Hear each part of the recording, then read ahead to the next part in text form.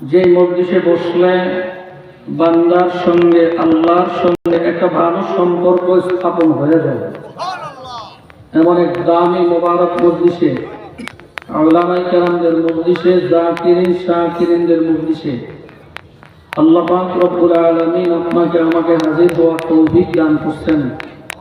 এতে আমরা সবাই খুশি না বেজার? যারা খুশি হতে পারলাম তারা আরেকবার শুকরিয়া আদায় করি, সকলে বলি আলহামদুলিল্লাহ। 15 বছর যাবত এই সম্মেলন হচ্ছে। এই 15 বছরের ভিতরে যারা এখানে মজলিসে বসে বয়ান শুনতেন, আজকে অনেকেই আমাদের মধ্যে নেই। এমন একদিন আপনার আমার কাছে আসবে যেদিন সম্মেলন চলবে, কিন্তু আমি থাকবো না, আপনি থাকবেন না। অস্থায়ী দুনিয়া এটা থাকার জায়গা না।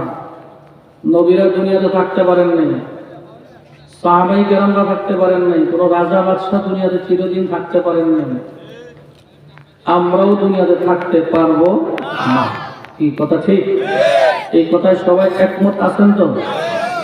যাব কোথায়? কোথায় যাব?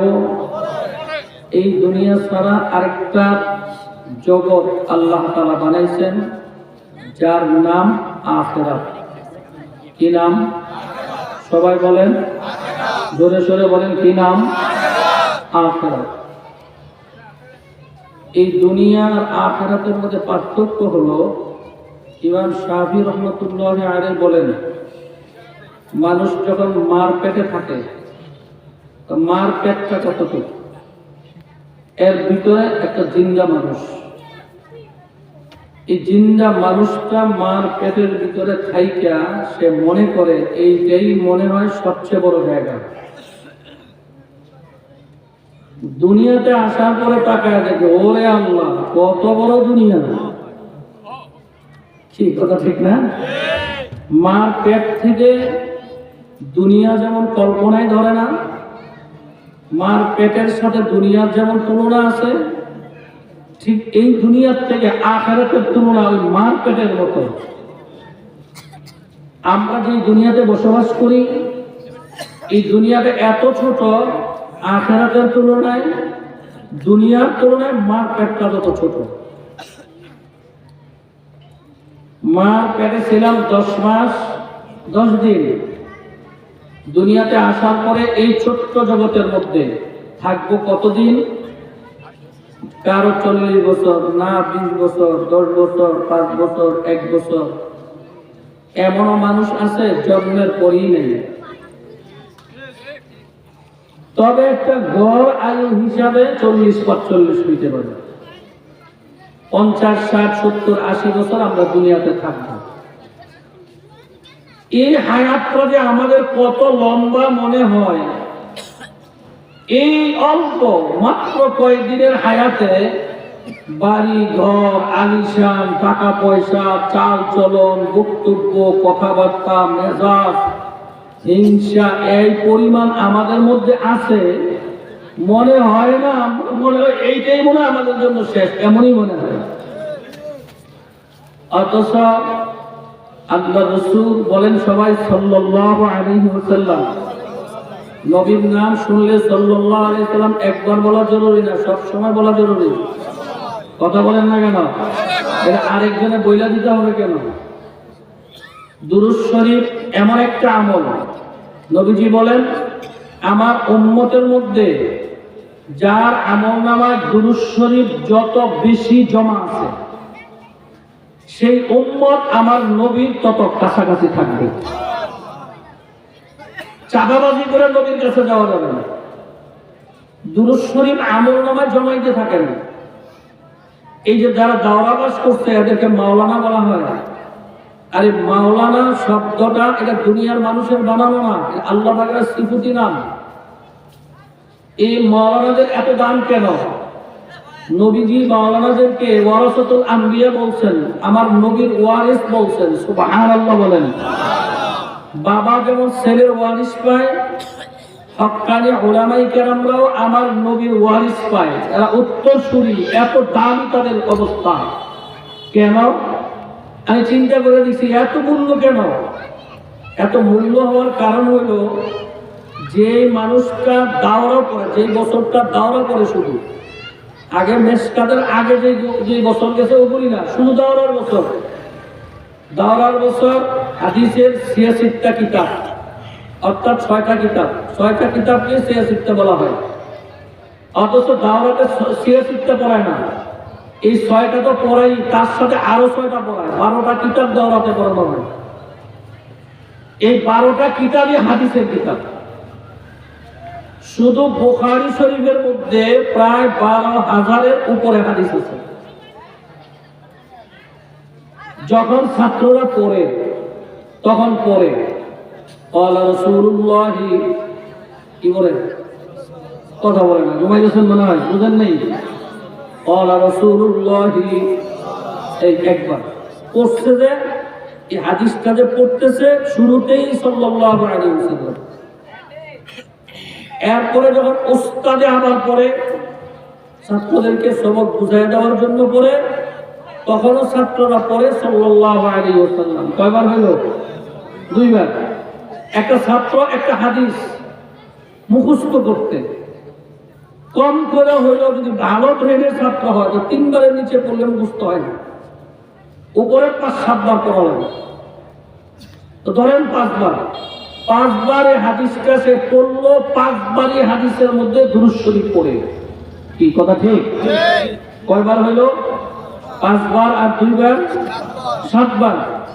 যখন পরীক্ষা কাছায় তখন এই হাদিসগুলো যেগুলো পিছনে পড়ছে 7 বার করে পড়া হয়ে গেছে, এই হাদিসগুলো আবার 1 বার, 2 বার, 3 বার, 5 বার করে পড়ে মুখস্থ করে পরীক্ষার প্রস্তুতি নেওয়ার জন্য ধরেন সেখানে 3 বার পড়লো, তাহলে একটা হাদিসের মধ্যে একজন ছাত্র দুরূদ শরীফ পড়লো কয়বার?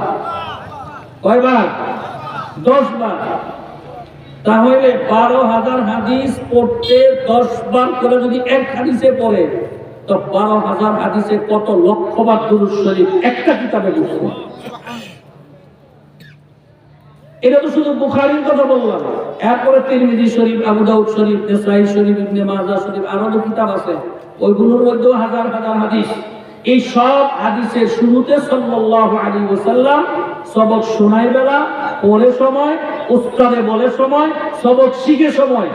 আমি চিন্তা করে দেখছি যে এই ছাত্রটা দাওরা করে এই 1 বছরে সে যতবার দুরূদ শরীফ পড়ে, আপনার আমার হায়াতের জীবনেও এতবার দুরূদ শরীফ পড়তে পারি না।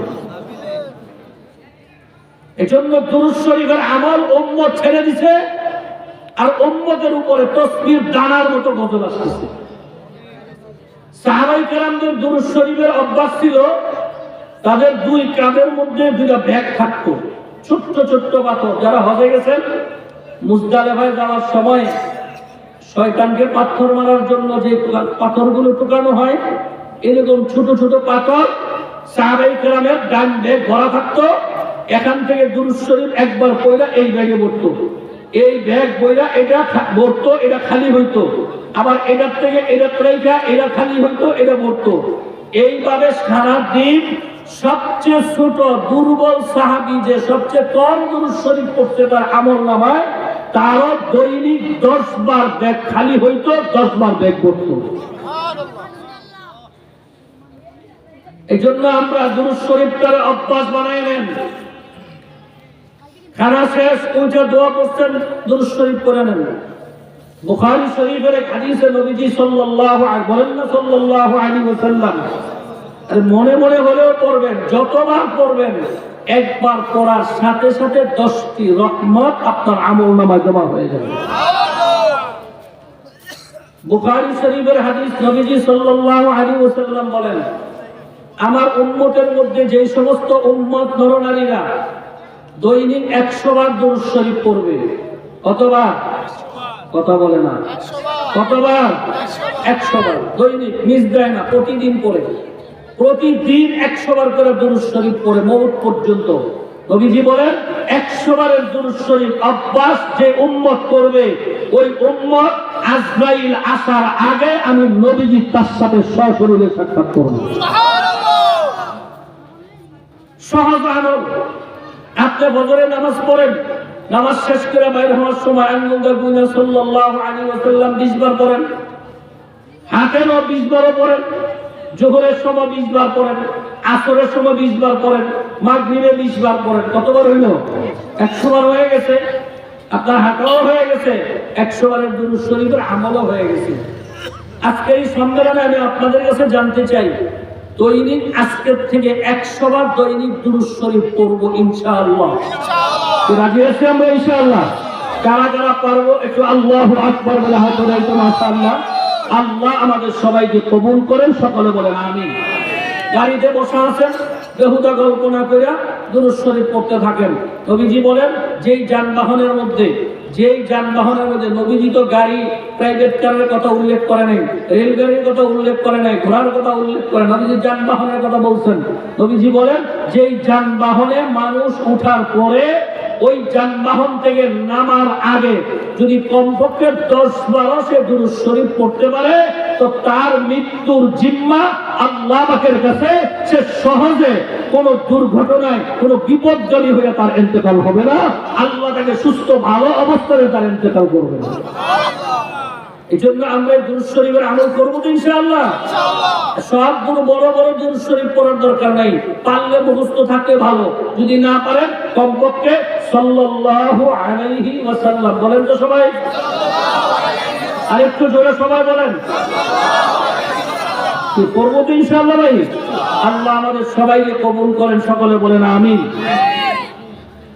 তাহলে বলতেছিলাম, নবীজি সাল্লাল্লাহু আলাইহি ওয়াসাল্লাম বলেন, হে উম্মত শোনো, দুনিয়ার জমিনে যদি তোমরা 20 বছর হায়াত পাও, কত বছর? তাহলে আখিরাতে যে যাইবা, ওই যে 15 বছর সম্মেলনে যারা উপস্থিত ছিল তারা যে নাই, তারা কোথায় গেছে? কোথায় গেছে? কথা বলে না, কোথায় গেছে? আখিরাতে। দুনিয়ার সৃষ্টির থেকে এই পর্যন্ত যত মানুষ এই দুনিয়ার থেকে বিদায় হয়েছে, এরা কোথায় গেছে? আখিরাতে। বলে হুজুর কবরে দিয়ে রেখে আসলাম। আরে বাবা, কবর তো এটা আমাদের হেফাজতের জন্য নবীজি চালু করছেন। কেন?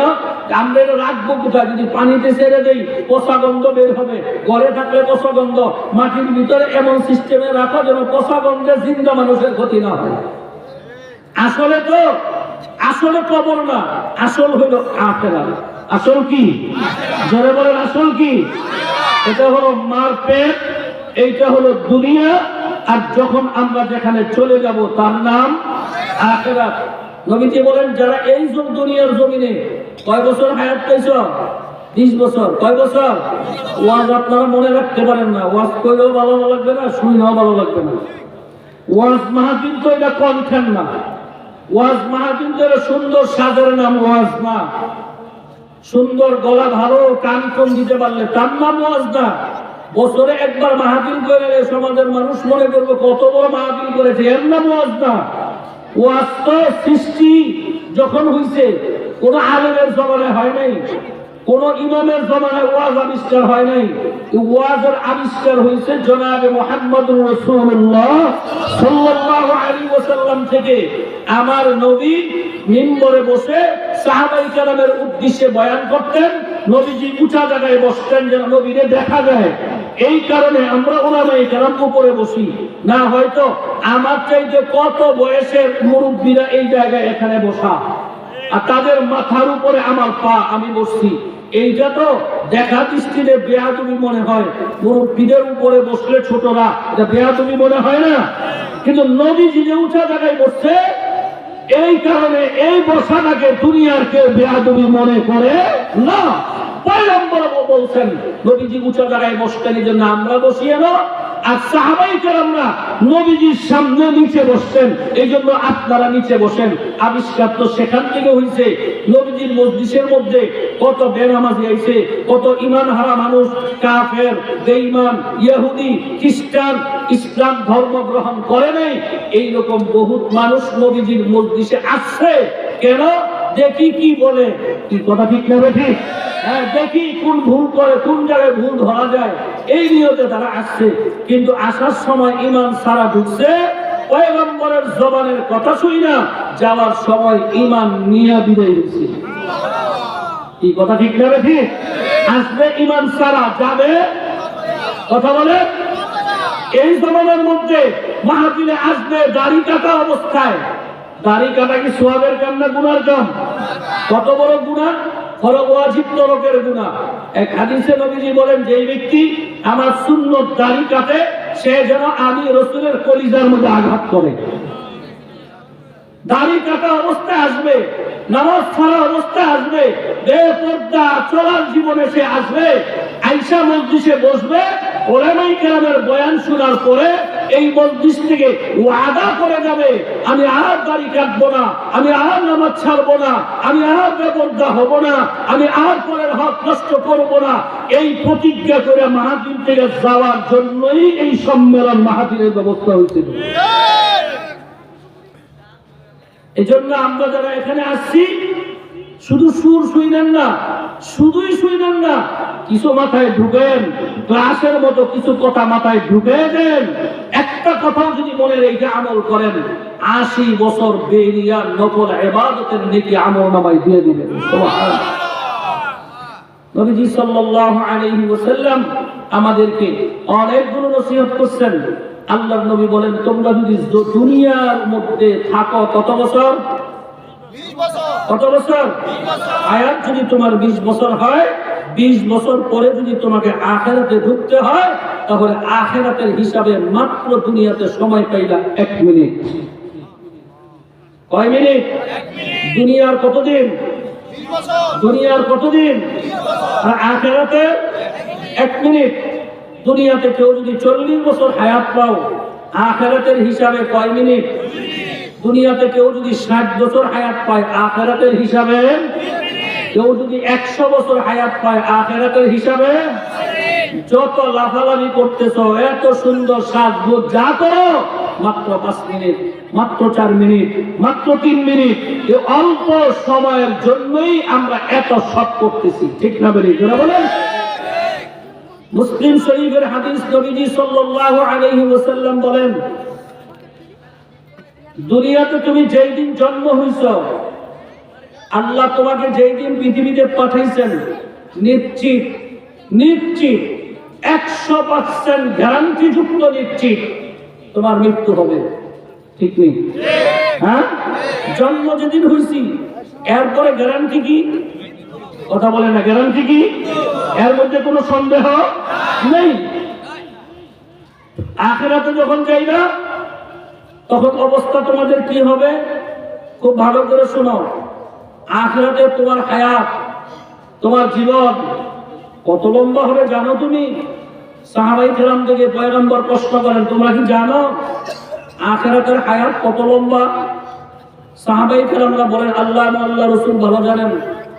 আল্লাহর নবী বলে, শোনো, আখিরাতের হায়াত হলো এমন এক হায়াত যে হায়াতে তুমি শুধু ঢুকতে পারবা, ঢুকার ব্যবস্থা আছে, কিন্তু এই হায়াত শেষ হওয়ার মতো কোনো ব্যবস্থা নাই। শুধু তুমি ঢুকবা। ও যুবক ভাইরা, ও মুরব্বী বাবারা, পর্দার আড়ালে মা বোনেরা, শীতের দিন লম্বা সময় কথা বলার মতো আপনাদেরও সুযোগ নেই, আমাদেরও সুযোগ নেই। সংক্ষেপে কয়েকটি মোটা মোটা কথা মনে রাখবেন। আল্লাহর রাসূলের কথা সত্য না মিথ্যা?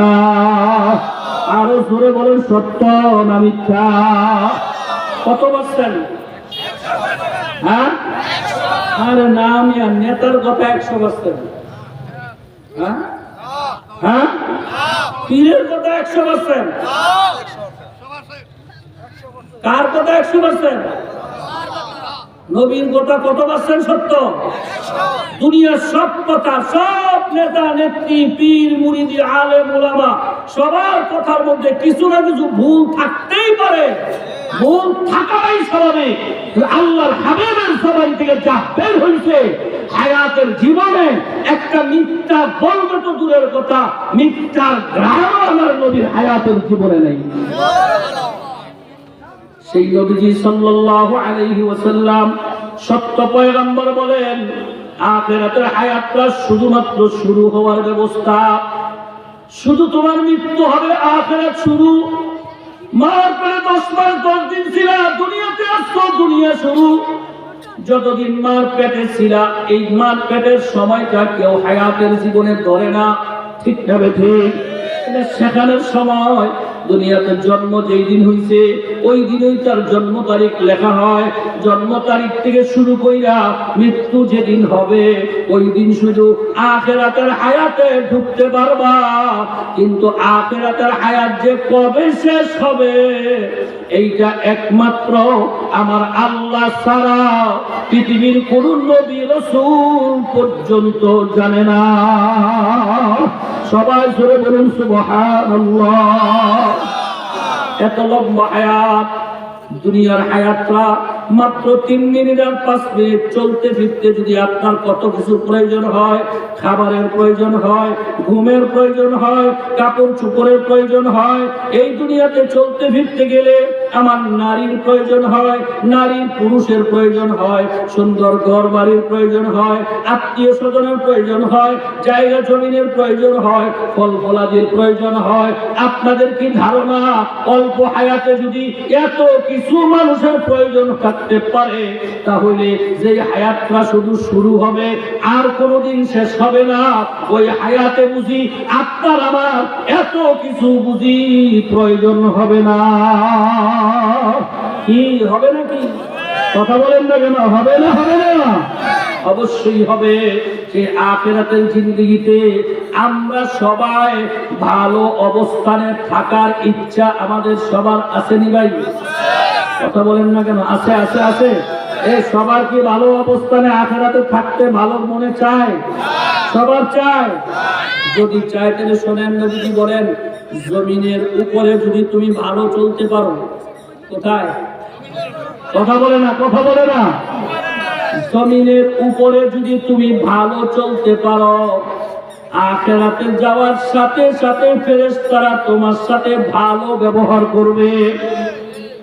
আর দুনিয়ার জমিনের উপরে যদি তুমি ভালো চলতে না পারো, হাজারো তাসবিহ দিয়া, হাজারো দোহাই দিয়া, হাজারো ক্ষমতা দিয়া মওতের পরে কবরের জিন্দেগিতে ফেরেশতারা কোনোদিন তোমার সাথে ভালো ব্যবহার করবে না। জমিনের উপরে তুমি ভালো চলো, আখিরাতে ভালো চলতে পারবা। দুনিয়ার উপরে যদি ভালো না চলো, আখিরাতে যাইও ভালো চলতে পারবা না। এবার আমি আপনাদেরকে জানতে চাই, বুঝে শুনে উত্তর দিবেন। জমিনের উপরে আপনাদের আমার সবার কি ভালো চলার ইচ্ছা আসেনি ভাই? আছে আছে আছে আছে। কার কার ইচ্ছা আছে একটু আল্লাহু আকবার বলে হাতে দাও। নারে তাকবীর। আল্লাহ, আমরা জমিনের উপরে ভালো চলতে চাই। জোরে বলেন না, জোরে বলেন সবাই। আল্লাহ, আমরা জমিনের উপরে ভালো চলতে চাই। আল্লাহ আমাদেরকে জমিনের উপরে ভালো চলার তৌফিক দান করেন। জোরে বলেন আমিন। এবার যদি ভালো চলার ইচ্ছা যদি আসলে দুই ঠোঁটের না বইলা যদি অন্তরতে বইলা থাকেন, এটা আমি জানি না, জানে কে? কে জানে? আপনি প্রত্যেকে বলছেন এই কথার উত্তরটা কোন জায়গার থেকে দিচ্ছেন? জায়গার বেশ কম আছে মিয়া। ঠোঁটের উত্তরই একরকম, মুখের উত্তর একরকম, অন্তরের উত্তর আরেক রকম। কি কথা ঠিক না ঠিক? মুখের উত্তর, ঠোঁটের উত্তর লড়চড় হয়, মুখের উত্তর লড়চড় হয়, কিন্তু কলবের উত্তর কোনোদিন এই দিক সেদিক হয় না। আর আমার আল্লাহ শুধু বান্দার ঠোঁটটা দেখেন না, বান্দার মুখটা দেখেন না, আল্লাহ দেখেন বান্দার অন্তর। এই জন্য অন্তর থেকে আমরা ভালো চলার ইচ্ছা আছে। এবার যদি ভালো চলতে হয় তাহলে আমাদেরকে একটা ভালো নির্ণয় করতে হবে, আমাদের একটা থার্মোমিটার বানাইতে হবে, একটা গন্তব্য স্থান ঠিক করতে হবে, একটা মাপকাঠি বানাইতে হবে। কোন মাপকাঠিটা অ্যাকুরেট, কোন মাপকাঠিটা ভালো, কোন মাপকাঠিটার মধ্যে ভুল নেই, ভুলের সন্দেহ নেই, এমন একটা ভালো মাপকাঠি আগে নির্ধারণ করতে হবে। তারপরে সেই মাপকাঠি অনুযায়ী আমাকে চললে জমিনে ভালো চলা যাবে। ঠিক না ভাই? মন গড়া চললে ভালো চলা যাবে না। আসুন একটু মাপকাঠি নেই। এক নম্বরে মাপকাঠি নেন। এই পৃথিবীর জমিনে আল্লাহ পাক যত নবী পাঠাইছেন, রাসূল পাঠাইছেন, যত ওলি আব্দাল পাঠাইছেন, গাউস কুতুব পাঠাইছেন, আলেম ওলামা পাঠাইছেন, যত ভালো মানুষ দুনিয়াতে পাঠাইছেন আর কিয়ামত পর্যন্ত পাঠাবেন, সমস্ত ভালো মানুষের মধ্যে এক নম্বরের ভালো মানুষটার নাম জানেন আপনারা? অনেকেই জানেন না। এক নম্বরের ভালো মানুষের নাম হইল জনাবে মুহাম্মদুর রাসূলুল্লাহ সাল্লাল্লাহু আলাইহি ওয়াসাল্লাম। আপনাদের ধারণা কি আমার নবী কি এক নম্বরের ভালো না দুই নম্বরের ভালো? এই কথা উড়াবসা করেন কি আপনারা? আগাগান্ডি হয়েছে না, কে মোটামুটি শুরু হয়েছে, মোটামুটি শুরু হয়েছে।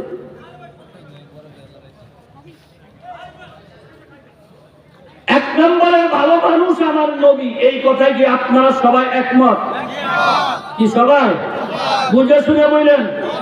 এক নম্বর, কোন সন্দেহ নেই তো? ঈশ্বর এক নম্বর না নবী এক নম্বর? আমার নেতা এক নম্বর না নবী এক নম্বর? কে এক নম্বর? চেয়ারম্যান এক নম্বর না আমার নবী এক নম্বর? প্রধানমন্ত্রী এক নম্বর না আমার নবী এক নম্বর? সেনাবাহিনীর প্রধান কি এক নম্বর না আমার নবী এক নম্বর? সারা দুনিয়ার মধ্যে যত মানুষ আছে তার মধ্যে আমার নবী হলেন এক নম্বরের ভালো মানুষ। কি কথা ঠিক না বলে বলেন? আমার নবী যদি এক নম্বরের ভালো হয়, তবে নবীর হায়াতের জীবনের কাজকর্মগুলো কয় নাম্বার? কথা বলে না, কয় নাম্বার? এক নাম্বার। নবীর কাজকর্ম যদি এক নাম্বার কিভাবে হইল? আমার নবী কোন কাম তার ইচ্ছা মতো করে নাই, মন মতো করে নাই। আমার নবী যা করছেন সব আল্লাহর ইচ্ছাই করছেন। কি কথা ঠিক না বলে বলেন? আল্লাহ যেইভাবে তাকে করার জন্য নির্দেশ দিচ্ছেন আমার নবী হুবহু সেই রকম করছেন, না কোনো ত্রুটি করছেন। কথা বলেন না, কোনো ত্রুটি করছেন? আল্লাহ রাসূল ইন্তেকালের পরে সাহাবায়ে কেরামদের মধ্যে উল্লেখযোগ্য সাহাবী হযরত ওমর, উল্লেখযোগ্য সাহাবী হযরত উসমান গনি রাদিয়াল্লাহু তাআলা আনহু, এরকম উল্লেখযোগ্য কয়েকজন সাহাবী হযরত আয়েশা সিদ্দিকা রাদিয়াল্লাহু তাআলা আনহার কাছে গেলেন। পর্দার আড়ালে থেকে বলেন, আম্মা জান, আল্লাহ রাসূলের কাছে সাথে আপনি সবচেয়ে বেশি সময় দিয়েছেন, নবীজির জীবন থেকে আমাদের কিছু নসিহত করুন। হযরত আয়েশা সিদ্দিকা রাদিয়াল্লাহু তাআলা আনহা বলেন, হে আমিরুল মুমিনিন হযরত ওমর, আমার নসিহতের প্রয়োজন নেই। আল্লাহর রাসূলের জীবনের সকল নসিহত আল্লাহ পাকের কালামের মধ্যে আছে। কুরআনুল কারীমের মধ্যে আল্লাহ যেইভাবে বলছেন আমার নবী সেইভাবে চলছেন। ঠিক না বলে জোরে বলেন? তাহলে আমরা যারা জমিনের উপরে আছি, যদি জমিনের উপরে ভালো চলতে হয় তো আল্লাহর রাসূলের আদর্শ অনুসারে আমাকেও চলতে হবে, আপনাকেও চলতে হবে। ঠিক না বলে জোরে বলেন? এর ভিন্ন কোন পথে মুসলমান চললে ভালো চলতে পারবে না। কোন ইমাম ভালো চলতে পারবে না, কোন নেতা ভালো চলতে পারবে না, কোন পীর ভালো চলতে পারবে না, কোন ব্যক্তি ভালো চলতে পারবে না। যদি ভালো জমিনের উপরে চলতে হয় এক নম্বর একমাত্র শুধুমাত্র আল্লাহর রাসূলের আদর্শ ছাড়া কোন মানুষ জমিনে ভালো চলতে পারে না। আসছে সামনে নির্বাচন, মাইকিং হবে, বলবে ও ভাইয়ের চরিত্র ফুলের মতো পবিত্র। কি বলবে না? কথা বলেন না কেন? বলবে না? অথচ নামাজ নাই, রোজা নাই, পর্দা নাই, পুশিদা নাই, নবীর তরিকার সাথে সম্পর্ক নাই, তার চরিত্র ফুলের মতো পবিত্র হয় কেমনে? কেমনে হয়? যে বলে সে এক মিথ্যুক, আর যার নামে বলে সে যদি বাধা প্রদান না করে তাহলে সে হলো আসল মিথ্যুক। কোনদিন বলা যাবে না। কোন মানুষের চরিত্র ফুলের মতো পবিত্র হয় কার? যার ব্যক্তি জীবন থেকে শুরু করে আন্তর্জাতিক জীবন পর্যন্ত এই মানুষটা পয়গম্বরের তরিকা অনুযায়ী চলে, তার জীবনটা হয় ফুলের মতো পবিত্র। ঠিক না বলে? আমি ধারণা দিয়ে গেলাম আপনাদেরকে ধারণা দিয়ে গেলাম, ওলামায়ে কেরাম ধারণা দিবে। তাফসীর কি করবে? এর সময় মানে কিসের তাফসীর করবে? একটা আয়াতের তাফসীর শুধু। উজারি কারি ইব্রাহিম সাহেব রাহমাতুল্লাহি আলাইহি তিনি শুধু বিসমিল্লাহির রহমানির রহিম এই একটা আয়াতের তাফসীর একটানা 19 দিন পর্যন্ত করছেন। এরপর উজারি কারি সাহেব হুজুর বলেন, আমি মাত্র বিসমিল্লাহর বাতে ঢুকছিলাম, শেষ করতে পারলাম না। এই সমুদ্র, কোরআন শরীফ এক সমুদ্র, কি ঠিক না বলে জোরে বলেন? এই সমুদ্র থেকে আপনাদের এই মাহফিলে ওলামায়ে কেরামরা 1 ঘন্টা 1.5 ঘন্টার মধ্যে কতটুকু দিবে?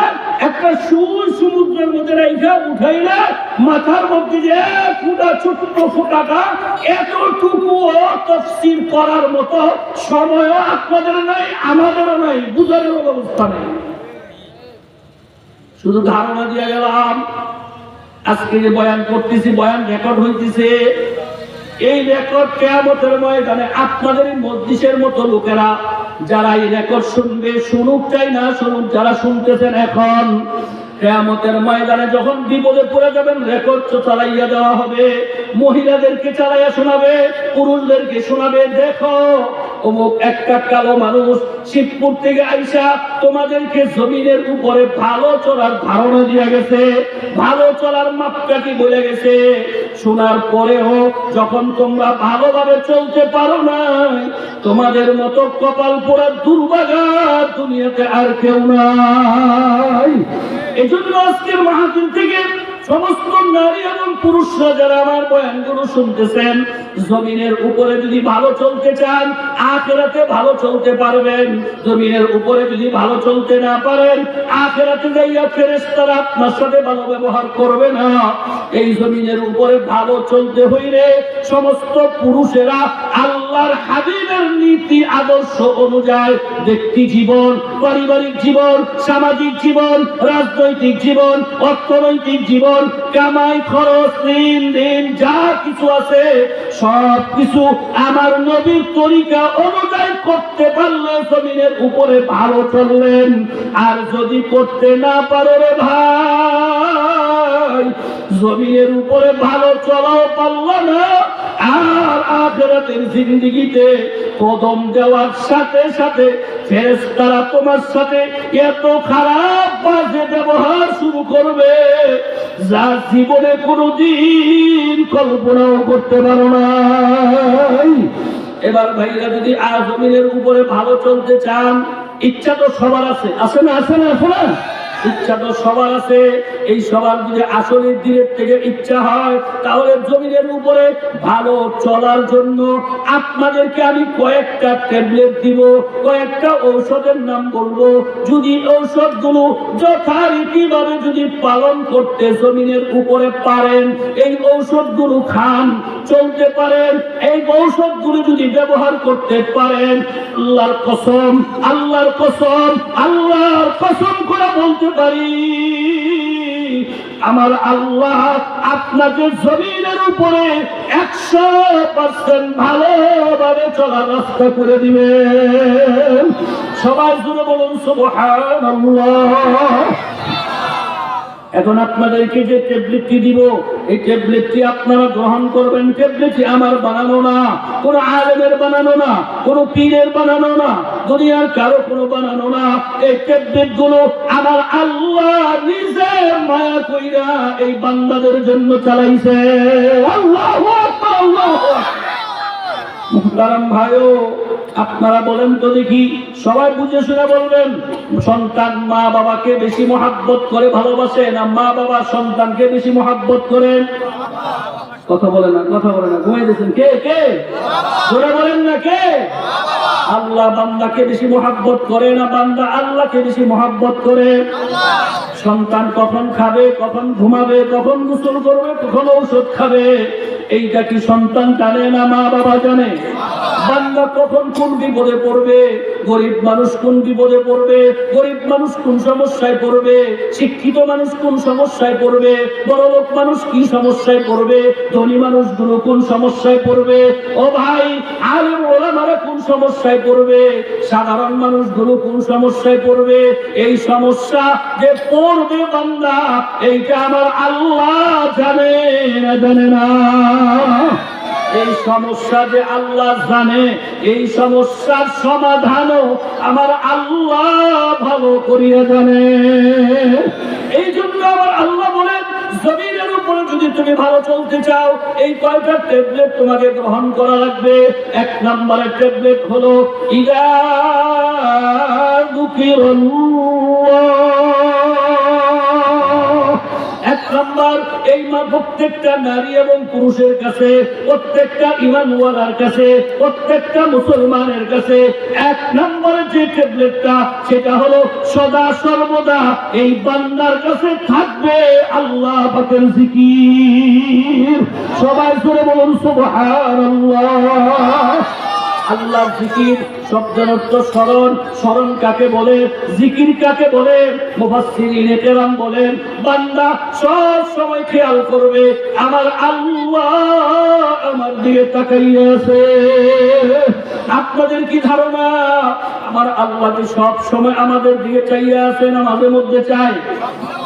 রাত্রে দেখে দিনে দেখে না? ঘুমাইতেছে কথা বলে না সবাই?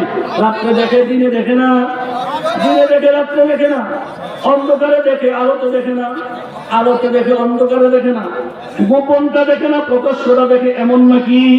আমার আল্লাহ তো এমন আল্লাহ, বান্দার প্রকাশ্যে গোপনে চিপা চাপায় যে যেখানে যা কিছু করুক না কেন, এমনকি বান্দা মনে মনে যা কল্পনা করে সেইটাও আমার আল্লাহ দেখে না? দেখে না? এই জিনিসটা ফিটিং করার জন্য অন্তরের মধ্যে যা আমাদের নাই, যদি আমাদের অন্তরে যদি থাকতো আমার আল্লাহ আমার দিকে তাকাইয়ে রয়েছে, তাহলে এই বান্দা কোনদিন ফজরের আযান দিলে ঘরে ঘুমায় থাকতে পারতো না। ঠিক না ঠিক? এই বান্দা কোনদিন সুদের সাক্ষী দিতে পারতো না। এই বান্দা কোনদিন জবান দিয়ে মিথ্যা বলতে পারতো না। এই বান্দা কোনদিন অন্যের সাথে ষড়যন্ত্র করে জমি দখল করতে পারতো না। এই বান্দা কোনদিন চাঁদাবাজি করতে পারতো না। কেন? তার অন্তরে থাকতো আমার আল্লাহ আমার দিকে তাকাইয়া আছে।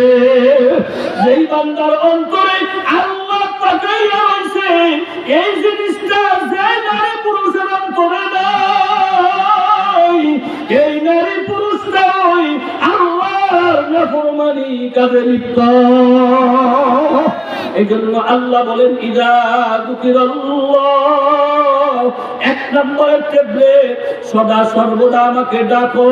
আল্লাহ আল্লাহ আল্লাহ আল্লাহ, সুবহানাল্লাহ, আলহামদুলিল্লাহ, আল্লাহু আকবার, লা ইলাহা ইল্লাল্লাহ, আস্তাগফিরুল্লাহ, এইগুলো বইলা বইলা আমাকে ডাকো। বান্দা ডাকলে লাভ কি হবে জানো নি? বান্দা তুমি আমাকে একবার আল্লাহ কইয়া ডাক দিবা, আমি আল্লাহ তোমার একবারের পরিবর্তে 70 বার জবাব দিব। সুবহানাল্লাহ। বান্দা তুমি বলবা সুবহানাল্লাহ। সুবহানাল্লাহ শব্দের অর্থ আল্লাহ পবিত্র। আল্লাহ তো আমরা বললেও পবিত্র, না বললেও তো আল্লাহ পবিত্র। তা আমাদের বলা লাগবে কেন? আল্লাহ বলে, বান্দা তুমি যতবার সুবহানাল্লাহ বলবা, সুবহানাল্লাহ সুবহানাল্লাহ সুবহানাল্লাহ যত বেশি বলবা, আমি আল্লাহ তোমার মতো নাফরমান গুনাহগার নাপাক বান্দাগুলিকে সুবহানাল্লাহ ডাকার কারণে তোমার পবিত্র বানাইয়া দেব। এই জন্য আল্লাহ বলে, ইযা যুকিরাল্লাহ, আমাকে ডাকো, আমাকে ডাকো বান্দা, আমাকে ডাকো। বিপদে পড়লেই শুধু আমাকে ডাকো না, আমাকে বিপদেও ডাকো, সুখেও ডাকো, কষ্টেও ডাকো, আরামেও ডাকো, সজাগেও ডাকো, ঘুমেও ডাকো। বলে হুজুর ঘুমে কেমনে ডাকবো? আল্লাহর হাবিব বলেন, আল্লাহর হাবিব সাল্লাল্লাহু আলাইহি ওয়াসাল্লাম বলেন, কোন মানুষ যখন রাতে বিছানার মধ্যে শুয়ে পড়ে, শোয়ার সময় যদি সে সুবহানাল্লাহ সুবহানাল্লাহ যে কোনো একটা জিকির করতে করতে যদি লোকটা ঘুমাইয়া যায়, যতক্ষণ জিকির করছে আমল নামায় নেকি লিখছে, ঘুমাইয়া গেছে জিকির বন্ধ, আমল নামায় নেকি লেখে না। আল্লাহ বলে, ফেরেশতারা কি করো? বলে, তোমার বান্দা তোমাকে ডাকছে, তার প্রতিদান লিখছি। এখন তোমার বান্দা ঘুমাইয়া গেছে, এখন তো আর ডাকেও না, আমরা লিখিও না, লেখা বন্ধ। আল্লাহ বলে, ফেরেশতারা এই বান্দারে ঘুম দিছে কে? বলে, ঘুম তো আপনিই দিছেন। যদি আমি ঘুম না দিতাম তাহলে তো বান্দা ডাকতেই থাকতো। ফেরেশতা, আমার বান্দা ঘুমের থেকে যতক্ষণ পর্যন্ত জাগ্রত না হবে, ততক্ষণ তার আমলের মধ্যে আমি আল্লাহ পাকের জিকিরের সওয়াব লিখতেই থাকো। এজন্য ভাইগো, দাঁড়াইও দেখো, বৈশাও ডাকো, শুয়াও ডাকো, হাঁটতে ডাকো, গাড়িতে উঠা ডাকো, চলাফেরায় ডাকো। আল্লাহ ডাকার জন্য নির্দেশ করছেন। তোমরা যত বেশি আল্লাহকে ডাকবা, আল্লাহ তোমাকে জমিনের উপরে ভালো চলার রাস্তা করে দেওয়ার মালিককে। এবার বান্দা শোনো, তুমি যে আমাকে ডাকবা তারও একটা অ্যাকশন হবে তোমার। বান্দা, তুমি একটা প্যারাসিটামল ট্যাবলেট খাইলে তোমার অ্যাকশন হয়, নাপা ট্যাবলেট খেলে অ্যাকশন হয়, স্টেসিন খাইলে অ্যাকশন হয়। বান্দা, তুমি আমাকে ডাকলে যে তোমার কোনো অ্যাকশন হবে না, আর হবে কি হবে? ওয়াজিলাত কুলুবুহুম, আর তোমার অন্তরটা, তোমার কলবটা আমি আল্লাহ নামের বরকতে ভূমিকম্পের মতো মাঝে মধ্যে তোমার কলবটা কম্পমান হয়ে উঠবে। আল্লাহু আকবার। বাইরে জিকির করো, বাবুকে দেখো, লা ইলাহা ইল্লাল্লাহ, সুবহানাল্লাহ, আলহামদুলিল্লাহ, আল্লাহু আকবার। এই তাসবিহগুলো আল্লাহ এত সহজ করিয়ে দিয়েছেন। কোরআনুল কারীম তেলাওয়াত আল্লাহর জিকির বটে, কিন্তু ওযু ছাড়া তেলাওয়াত করা যায়, কোরআন শরীফ ধরা যায় না। গোসল ফরজ হইলে কোরআন শরীফ পর্যন্ত ধরা যায় না। বিনা ওযুতে নামাজের মতো জিকির করা যায় না। ঠিক না ঠিক? ফরজ গোসল হইলে তো মসজিদে ঢুকেই যায় না। কিন্তু বলেন তো, ফরজ গোসল অবস্থায়, পাক অবস্থায়, নাপাক অবস্থায়, হাঁটতে চলতে, জমিনে, রিকশায়, গাড়িতে, ঘোড়াতে, আকাশ পথে, নৌপথে, জমিনের পথে, যে কোনো জায়গায় বান্দা ইচ্ছা করলে আল্লাহ আল্লাহ ডাকতে পারে না, পারে না? এজন্য যুবকরা, ও মুরব্বী বাবারা, আমার আল্লাহ তোমাকে আমাকে আল্লাহ ডাকার জন্য কত সহজ করিয়ে দিছে। নাপাক অবস্থায় ডাকতে পারো, পাক অবস্থায়ও ডাকতে পারো, ওযু অবস্থায়ও ডাকতে পারো, বিনা ওযুতেও ডাকতে পারো, ঘুমায়া ঘুমায়াও ডাকতে পারো, পয়সা পয়সাও ডাকতে পারো। যখনই বান্দা তুই আমাকে আল্লাহ কইয়া ডাক দিবি রে বান্দা, আমি আল্লাহ পয়সা ডাকতে পারি না, তুই বান্দা ডাক দিবি একবার, আমি আল্লাহ তোর এক ডাকের পরিবর্তে জবাব দেই ৭০ বার।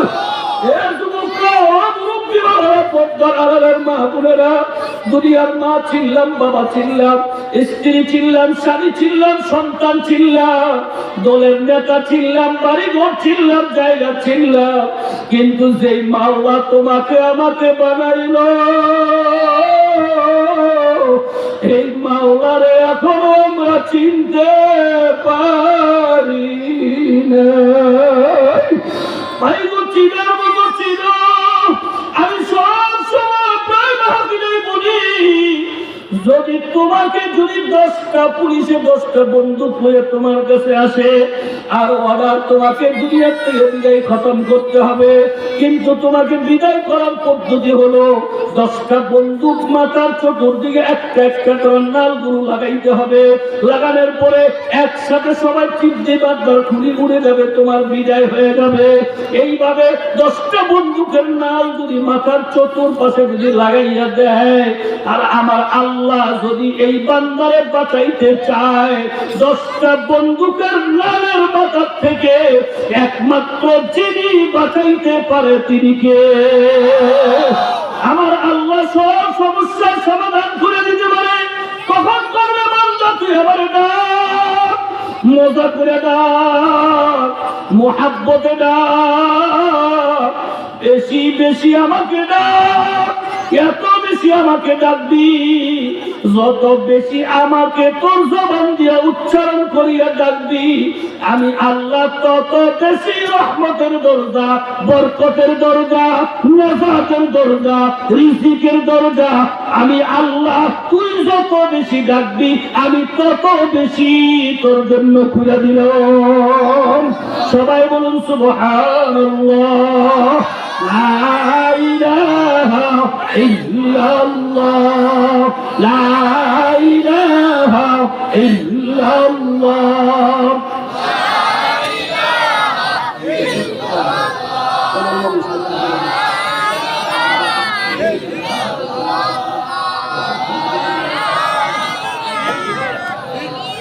লা ইলাহা ইল্লাল্লাহু মুহাম্মাদুর মুহাম্মাদুর রাসূলুল্লাহ সাল্লাল্লাহু আলাইহি ওয়াসাল্লাম। আজকে মজলিসে যারা আছিলে যুবকরা ও মুরব্বী বাবারা, যারা এখানে আসি, পর্দার আড়ালের মা বোনেরা, পৃথিবীর কোন মানুষকে দেখানোর জন্য নয়, আমার আল্লাহকে সাক্ষী রাইখা একটা ওয়াদা দিতে পারি যে হুজুর এখন থেকে মওত পর্যন্ত আমার আল্লাহকে বেশি বেশি ডাকার ওয়াদা করলাম। পারবো আমরা ইনশাআল্লাহ ওয়াদা করতে? কারা কারা পড়ে একটু আল্লাহু আকবার বলে হাত উঠান। নারায়ে তাকবীর। আল্লাহ আমরা তোমার বেশি বেশি ডাকার ওয়াদা করলাম রে আল্লাহ। তুমি আমাদের সবাইকে এই ওয়াদার উপরে মজবুত থাকার তৌফিক দিয়ে দাও, জোরে বলেন আমিন। 2 নম্বরে আল্লাহ তাআলা বলেন, আমি 1 নম্বরে ঔষধ, 1 নম্বরে ট্যাবলেট দিলাম, আমাকে ডাক দি। 2 নম্বরে ট্যাবলেট হলো ওয়া ইযা কুলিয়াত আলাইহিম আয়াতুহু যাদাতুহুম ঈমানা। বান্দা শোন, আমি আল্লাহ পাকের কালাম তোর কাছে পাঠাইছি, তুই অর্থ বুঝোস আর না বুঝোস, তুই কালামে পাঠ তেলাওয়াত কর, করতে পারোস না, যারা তেলাওয়াত করেন মনোযোগ দিয়ে শোন, আমি আল্লাহ 3য় ট্যাবলেটটা করে দিলাম। তুই যত বেশি কোরআন তেলাওয়াত করবি আর যত বেশি কোরআন তেলাওয়াত শুনবি, যত বেশি শুনবি, আমি আল্লাহ তোকে গ্যারান্টি করে বলে দিলাম, কোরআন তেলাওয়াত শুনলে, কোরআন তেলাওয়াত করলে আমার আল্লাহ আপনার আমার ঈমান বৃদ্ধি করিয়ে দেয়। সবাই বলুন সুবহানাল্লাহ। যুবকরা, আজকে আল্লাহ তোমার সময় দিছে, এই সময়টা পাইয়া কত গান শোনার সময় লাগাইনি, কত বাজনা শোনার সময় লাগাইনি, কত টিকটকে সময় লাগাইনি রে মা বোনেরা। যদি একটু সময় মোবাইলটা খুইলা যদি একটু সাইদুর রহমান সাহেবের তেলাওয়াত শুনতা, আজ তাকরীরের তেলাওয়াত যদি 10-20 মিনিট যদি শুনতা, দেখবা প্রতিদিন যদি কিছু সময় কোরআন তেলাওয়াত করো, সারা দিন যেন তোমার কলবটা মনটা আল্লাহর দিকে ঝুঁকে থাকবে। যুবকরা, টিকটক দেখবা বেশি না তেলাওয়াত শুনবা বেশি? কথা বলে না কেন? কোনটা করবা বেশি? গান বাজনা শুনবা বেশি না তেলাওয়াত শুনবা বেশি? মিউজিক খেলবা বেশি না বেশি মাওলা তেলাওয়াত শুনবা? তেলাওয়াত শুনবা 2 নম্বরের ট্যাবলেট। 3 নম্বরের ট্যাবলেট হলো ওয়া আলা রাব্বিহিম ইয়াতাওয়াক্কালুন। আল্লাহ বলেন 3 নম্বরের ট্যাবলেট হলো, বান্দা কোন চেয়ারম্যানের ভরসা করিস না, এমপির ভরসা করিস না, হুজুরের ভরসা করিস না, পীরের ভরসা করিস না, ডাক্তারের ভরসা করিস না, মুরব্বির ভরসা করিস না, পৃথিবীর কারো কোনো ভরসা তুই করবি না। তুই শুধুমাত্র একমাত্র সদা সর্বদা বিপদে আপদে, সুখে দুঃখে, শান্তিতে অশান্তিতে সব সময় একমাত্র ভরসা করবি আমি আল্লাহর উপরে। কার উপরে ভরসা? কার উপরে? আরো জোরে বলেন না, কার উপরে? আল্লাহর উপরে ভরসা করে চলবি। বলবি না আমার পীরে আমার বাচ্চা দিছে, বলবি না আমার ডাক্তার আমাকে দিছে, বলবি না আমাকে এমপি দিছে। এই কথা কোনোদিন জবানটা উচ্চারণ করবি না। এই কথা বলবি আল্লাহ আমাকে বানাবে, সুস্থ করছে ডাক্তার উসিলা, ঠিক না বেশি? এইভাবে বলতে হবে। তোমাকে বলতে হবে পীরে আমাকে ছেলে দেয় নাই, আল্লাহ আমাকে ছেলে দিছে, বিশ্বাস হইল দুয়ার উসিলা। এজন্য ভাই সদা সর্বদা ভরসা কার উপরে করা লাগবে? আরে জোরে বলেন, কার উপরে? এবার 3 নম্বরেরটা শুনাইলাম। 4 নম্বরে আল্লাহ বলেন আল্লাযীনা ইউকিমুনাস সালাহ। বান্দা তুই সারাদিন কাজকর্ম কর, ঘুমা, ব্যবসা বাণিজ্য কর, আমি একটা কথাও তোকে জিজ্ঞাসা করব না।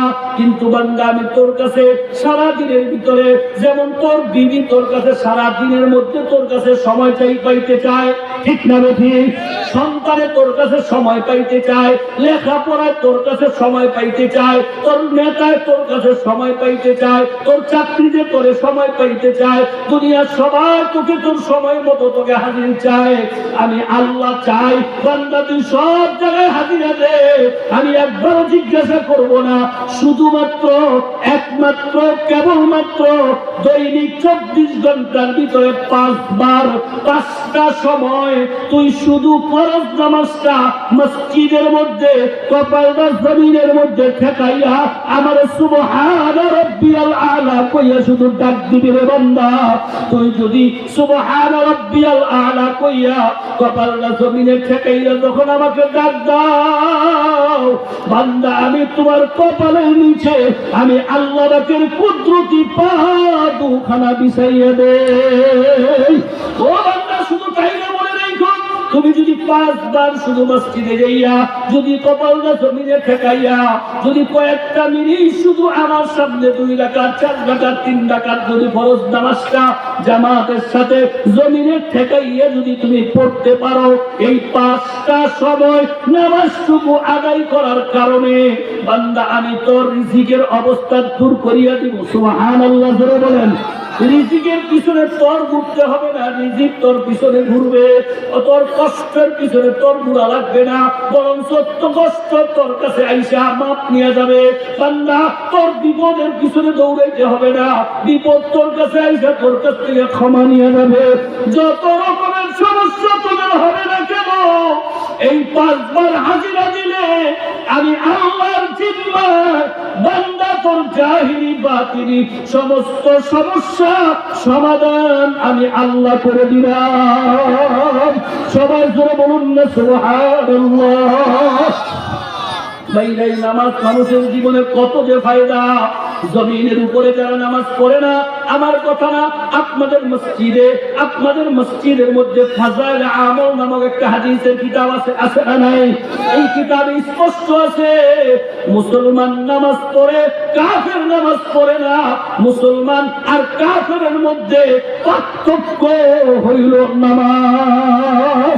যারা নামাজ পড়ে না রে ভাই, জমিনের উপরে বড় করে পাও দিয়া গলাবাজি করিয়া টাকা পয়সার ক্ষমতা দিয়ে দুনিয়ার জমিনে চলতে পারো, চলতে থাকো, কোনো অসুবিধা নাই, চলতে থাকো।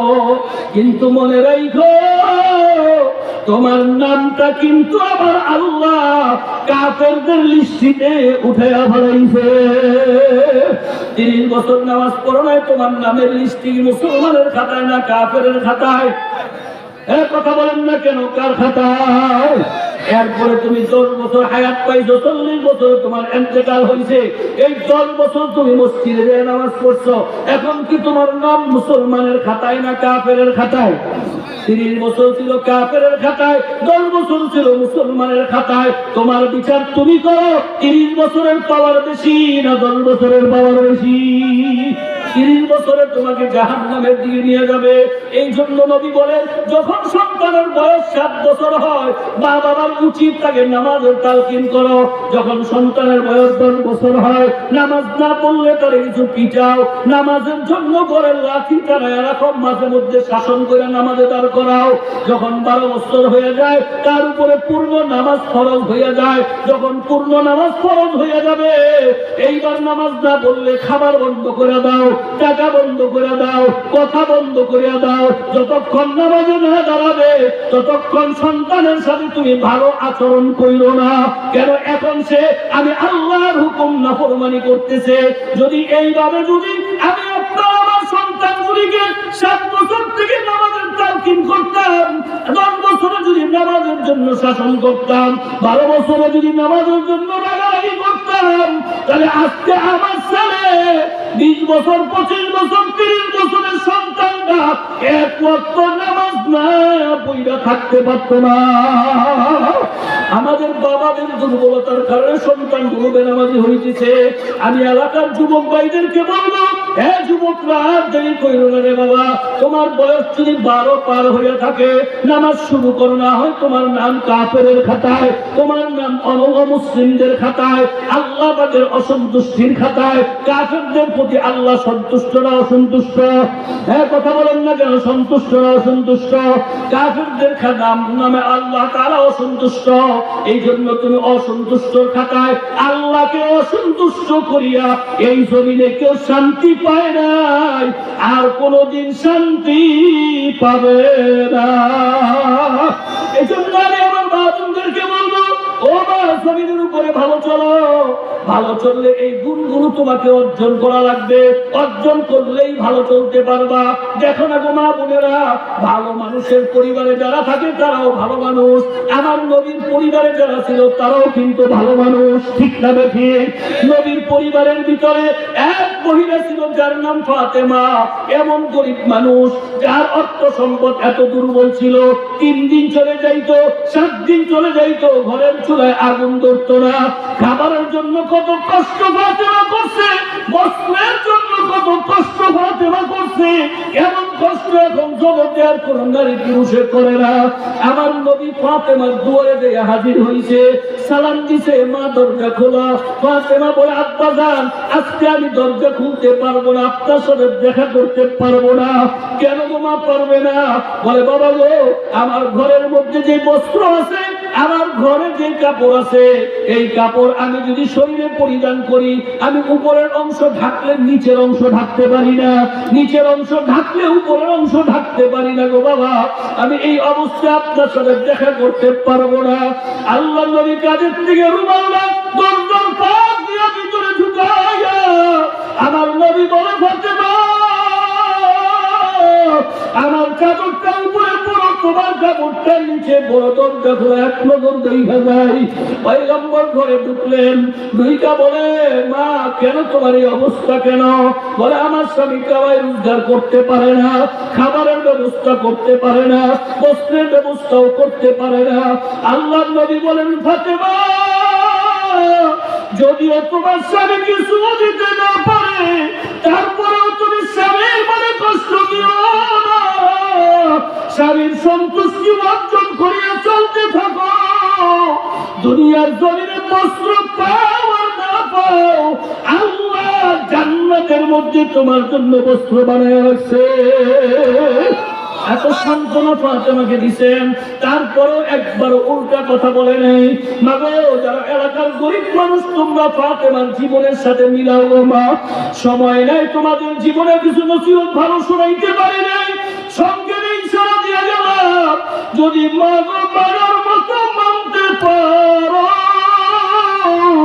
জমিনের নিচে যাওয়ার সাথে সাথে আল্লাহ তোমার জন্য 8টা জান্নাতের দরজা খুলে দিবে।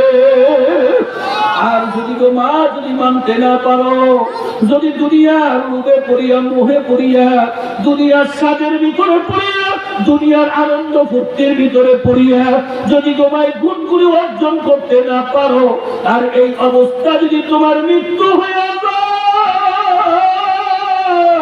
তোমার মৃত্যুতে এত কষ্ট মালাকুল মউত দিবে, একটা জ্বলন্ত একটা তাজা বকরি জবাই না দিয়া পায়ের থেকে চামড়াটা টান দিয়া খুললে যেই পরিমাণের কষ্ট হয়, এর চেয়ে বেশি কষ্ট মা মউতে পাইয়া যাইবে।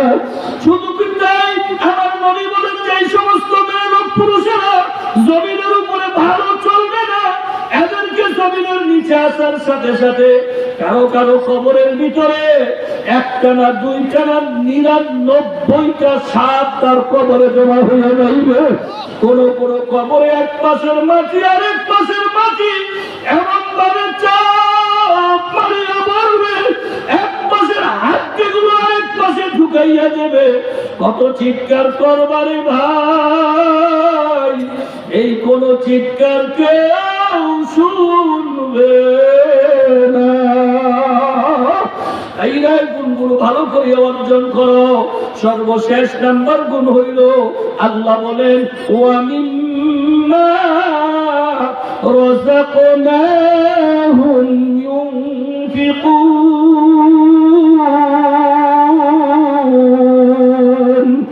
আল্লাহ বলেন, আমি আল্লাহ তোকে রিজিক দিছি। রিজিক দিছেন কে? আরো জোরে বলেন, কে দিছেন রিজিক? ভাইরা, আমি আপনি যেদিন জন্ম নিছি সেই দিন 1 টাকার মালিকও আমরা ছিলাম না কি বাবা? 1টা পয়সার মালিক আমিও ছিলাম না, আপনিও ছিলেন না। এখন যে 30-40 বছর বয়সে জমিনের মালিক হইলেন, ব্যাংকের টাকার মালিক হইলেন, বাড়িঘরের মালিক হইলেন, এই রিজিক, এই সম্পদ একমাত্র যিনি দিছেন তিনি কে? বান্দা মনে করিস না তুই কামাই করছিস, এই কথা কোনোদিন কামাই করে মনে করিস না। তোর কোনো ক্ষমতা নাই কামাই করার। তুই চাকরি লইছ, চাকরিতে যাওয়ার পরে আমি যদি তোর ব্রেনের চাবিটা ঘুরে দিতাম, পরে পরের দিন চাকরি থেকে লাঠি দিয়ে বাড়ি করে দিত। ঠিক না ঠিক? জমিনে কাজ করতে গেছো, কাজ করা শুরু করছো, এমন সময় আমি আল্লাহ যদি তোরে একটা আঙ্গুল ভেঙে দিতাম, ওই দিন তুই জমিন থেকে উঠে চলে আসতি। ঠিক না ঠিক? আমি আল্লাহ, তুই ব্যবসার মধ্যে বসছো, লক্ষ টাকার পুঁজি নিয়ে বসছো, আমি আল্লাহ যদি তোর ব্রেনের চাবি ঘুরাইয়া দিতাম, পাগল মহিলা তোরে দোকান থেকে বাড়ি করিয়ে দিত, আর ব্যবসা করতে পারতি না। তাহলে তোমার আমার হায়াতের জীবনের রিজিক দিছেন কে?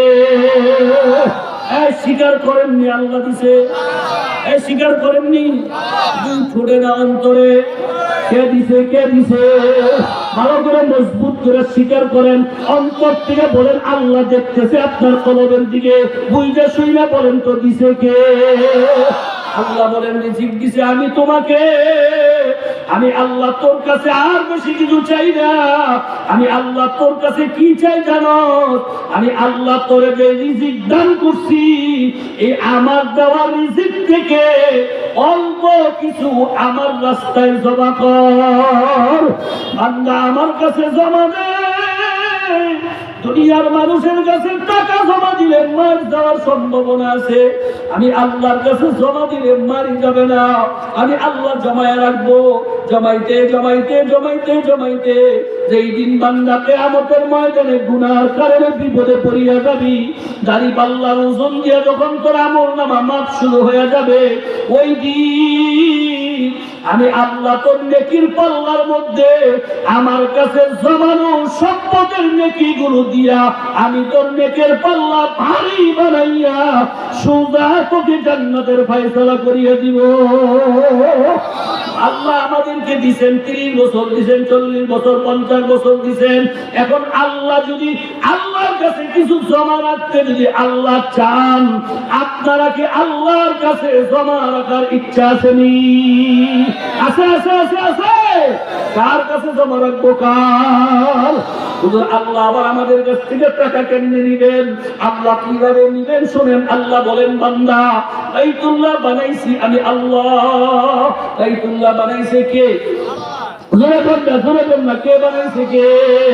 এই বাইতুল্লাহ বানানোর পরে, বাইতুল্লাহ যখন বানানো হয়ে গেছে, আমি আল্লাহ ঘোষণা দিয়ে দিলাম। আল্লাহ ঘোষণা দিলেন এই ঘরটা আমার। সুবহানাল্লাহ। বাইতুল্লাহর মতো এমন সুন্দর ঘর কি দুনিয়াতে আর নাই? এরকম বড় ঘর কি আর নাই? কথা বলেন না কেন? নাই নাই। এমন পাথর দিয়ে ঘর বানান নাকি আর ঘর নাই? এমন ছাত্রীরান্ন ঘর কি আর দুনিয়াতে নাই? আছে, কিন্তু ওই ঘর তো আল্লাহর ঘর বলে না। আল্লাহ বলেন এই ঘরটা আমার। আল্লাহু আকবার। এই বাইতুল্লাহ ঘর, এটা কার ঘর? আল্লাহর ঘর।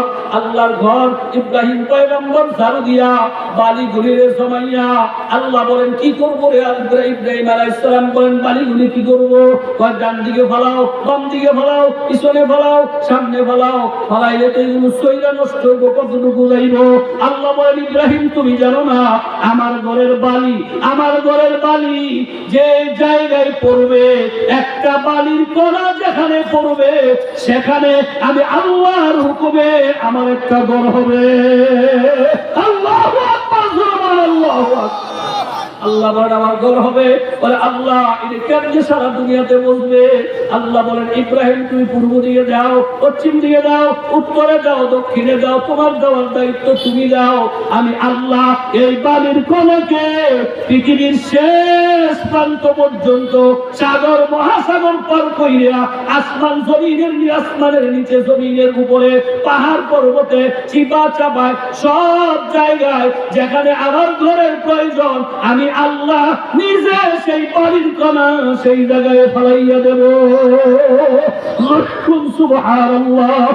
এই হাদিসের দ্বারা বোঝা যায় আপনাদের এই মসজিদের এখানে বাইতুল্লাহ একটা বাড়ির কণা পড়ছে না পড়ে নাই? পড়ছে বিদায় মসজিদ হইছে। এই মসজিদ হওয়া, এখন বলেন তো আল্লাহর বালুর কণায় যেই ঘর হইছে এই ঘরের নাম মসজিদ। এখন এই ঘরটা কার ঘর? আরো জোরে বলেন না কার ঘর? আপনারা যে মসজিদ বানাইছেন এর চেয়ে সুন্দর করে কি আপনাদের সমাজে কেউ বাড়ি করে নাই? কথা বলেন নাই? করে নাই? করে নাই? এত দামি টাকা দিয়ে কি করে নাই? কিন্তু সেটা তো আল্লাহর ঘর কয় না। এইটা আল্লাহর ঘর। কেন তোমার ঘরের মধ্যে বাইতুল্লাহর ফুটা পড়ে নাই, বাইতুল্লাহর বালি পড়ে নাই, এই ঘরের মধ্যে বাইতুল্লাহর বালির কণা পড়ছে। এই কারণে এটা আল্লাহর ঘর হয়ে গেছে। আমাকে সম্পদের মালিক বানাইছেন কে? আমার কাছে কিছু সম্পদ চান কে? আল্লাহ বলেন এই সম্পদ আমি দিব না, আমার ঘরের পিছনে আমি আল্লাহ তোরে খালি দিব না। দুনিয়াতে মসজিদে আমার ঘরে তুই দিবি, আমি তোরে এর চেয়ে দামি সুন্দর একটা ঘর তোর জন্য জান্নাতে বানাইয়া দেব। সবাই জোরে বলুন সুবহানাল্লাহ। এজন্য আমি আপনাদের কাছে জানতে চাই, আল্লাহ যে আমাদেরকে যে রিজিক আর যে সম্পদ দিবেন, এই সম্পদ থেকে আল্লাহর ঘরে আল্লাহ দেওয়া সম্পদ থেকে কিছু অংশ সম্পদ, কিছু অংশ টাকা পয়সা, কিছু অংশ জিনিস আমরা দেওয়ার মতো মন মানসিকতা চিন্তা ভাবনা আমাদের সবার আসেনি? আছে আছে আছে? কার কার আছে? তো আল্লাহু আকবার বলে হাত উঠান। নারে তাকবীর। চক্ষুটারে বন্ধ করে দেন, মাথাটা নিচু করিয়ে দেন। এইবার দিনের চোখটা তাকায় দেখেন, এই তো আমার আল্লাহ আমার সামনে দাঁড়ায় নিছে। মুহাব্বতের সাথে ডাকবেন আল্লাহ, আরো মুহাব্বতের আওয়াজ দিয়ে বলেন আল্লাহ তুমি যে আমাকে সম্পদ দিয়েছ তার থেকে আমি কিছু সম্পদ তোমার জন্য দিতে চাই রে আল্লাহ। তুমি আমার এই সম্পদ গুলিকে কবুল করিয়ে নাও। সবাই জোরে বলেন আল্লাহুম্মা আমিন। আল্লাহর ঘর মসজিদে সুন্দর করার জন্য, মসজিদের উন্নয়নের জন্য, আল্লাহর ঘরটা ভালো সুন্দর পরিবেশ করার জন্য আপনার হাত ধরে ওয়াদা করছেন দিবেন। আমি সর্বপ্রথম এমন একজন মানুষ চাই, এই সমাজে কি এমন আল্লাহর বান্দা আছেন কিনা জানি না, এমন কোন আল্লাহর বান্দা আছেন, এমন কোন মায়ার মানুষ আছেন যিনি আল্লাহর ঘর মসজিদের জন্য 50,000 টাকা দেওয়ার জন্য একটা প্রতিশ্রুতি আমাকে দিবেন। বলে হুজুর 50 চাইছেন, যে আরো বেশিও তো দিতে পারি, বেশি আপনি দেন অসুবিধা নাই, তবে 50 কেন চাইছি জানেন? কারণ কোরআন এবং হাদিসের মধ্যে আমরা প্রমাণ পাইছি কিয়ামতের ময়দান হবে 50,000 বছর। ঠিক না ঠিক? দুনিয়ার জমিনে 50,000 টাকা দেওয়ার একটা ঘোষণা আপনি দিবেন, আমরা সবাই শুনবো, ফেরেশতারা শুনবে, আমরা সবাই আপনার জন্য দোয়া করব। হয়তো আল্লাহ পাক রব্বুল আলামিন কিয়ামতের 50-এর সংখ্যার সাথে মিলাইয়া, আপনার 50-এর সংখ্যার সাথে মিলাইয়া আল্লাহ খুশি হইয়া কিয়ামতের 50,000 বছরে এই কষ্টের আযাব থেকে আরশে আজিমের নিচে একটু জায়গা আমার আল্লাহ করে দিতে পারে না? পারে না? আসেন কোন আল্লাহর বান্দা 50,000 টাকা দেওয়ার জন্য সর্বপ্রথম একজন আল্লাহর বান্দা চাইছিলাম, এবং কোন মায়ের সন্তান, এবং কোন ভাই, এবং কোন হৃদয়বান ব্যক্তি আছেন 50,000 টাকা দিয়া আপনার নামটা সর্বপ্রথম দানের লিস্টিতে, আল্লাহ রাস্তায় খরচের লিস্টিতে আপনার নামটা লেখাইবেন। আর আমরা এই মজলিসে যত আল্লাহর বান্দারা আছে চতুর্দিকে আসমান পর্যন্ত ফেরেশতারা বেষ্টন করে বানাইছে, এই ফেরেশতারা আমাদের সাথে দোয়ায় শরীক হবে, আমিন বলবে, আমরা সবাই আমিন বলবো। একটা আমিন তো অবশ্যই আল্লাহর কাছে কবুল হবে, কারো না কারো আমিন কবুল হবে। আপনার জীবন সফল হবে, আপনার ব্যবসা সুন্দর চলবে, ইনকাম ভালো হবে, আল্লাহ আপনার শরীরকে সুস্থ করবে। এমন কোন আল্লাহর বান্দা আছেন 50,000 টাকা দেওয়ার মতো একটা ঘোষণা, একটা নাম এই মজলিসে বলবেন, এমন কেউ আছেন? থাকলে একটু আওয়াজ দেন। আল্লাহ যদি ভরসা করে আমি দোয়া করব, আজকে আমার দোয়া কবুল হবে। কেন জানেন? হাদিসের মধ্যে আছে, নবীজি বলছেন মুসাফিরের দোয়া আল্লাহর কাছে কবুল হয়। এটা আমার নবীজি বলছেন। আমি যদিও শীত পড়তে আসছি আপনাদের এখানে, কিন্তু আমি এখন মুসাফির। এখান থেকে মাহফিল শেষ করে আমি সোজা চলে যাব উজানিতে। উজানিতে মাহফিল চলতেছে, লাখো মুসলমানের মিলন মেলা চলতেছে, ওলামায়ে কেরামরা সেখানে যাচ্ছে। আর উজানি এমন এক বরকতের জায়গা, উজানির জমিনে কারি ইব্রাহিম সাহেব রহমতুল্লাহি আলাইহি শুয়ে আছেন। তার কবরের পাশে যাইয়া কোন প্রসন্ন মানুষও যদি যাইয়া দাঁড়ায়, সে চোখের পানি রাখতে পারে না। এমন এক মজার জায়গা সেখানে। আমি সোজা উজানিতে চলে যাব নিয়ত করে আসছি। সেই সূত্রে আমি মুসাফির। আমি মন করে আপনার জন্য দোয়া করব। 50,000 টাকা দেওয়ার মতো, প্রতিশ্রুতি দেওয়ার মতো কোন আল্লাহ বান্দা আছেন এই মজলিসে? একটু বলবেন সাহস করে, আওয়াজ দিয়ে বলবেন। আপনার সুযোগ মতো আপনি 50,000 টাকা দিয়ে দিয়েন। সামনে পবিত্র মাহে রমজানুল মুবারক আসতেছে। রমজান মাসে আপনার সুযোগ হইয়া ব্যবস্থা করে যদি আপনি দিয়ে দেন, রমজানে দান করলে সওয়াব বেশি হয়। জন্য পারলে রমজানে দিয়েন। তাও যদি রমজান মাসে যাওয়ার সুযোগ না হয়, পরবর্তীতে হলেও আগামী মাহফিলের আগে যে কোনো সময় আপনি 50,000 টাকা এই মসজিদের উন্নয়নের জন্য, আল্লাহর ঘর উন্নয়নের জন্য আপনি দেওয়ার প্রতিশ্রুতি দিবেন। আমরা দিলে দিলে দোয়া করি, আল্লাহ যেন 50,000 টাকা দেওয়ার মতো এমন একজন মানুষ যেন আল্লাহ মিলাই দেন। সকলে বলেন আমিন।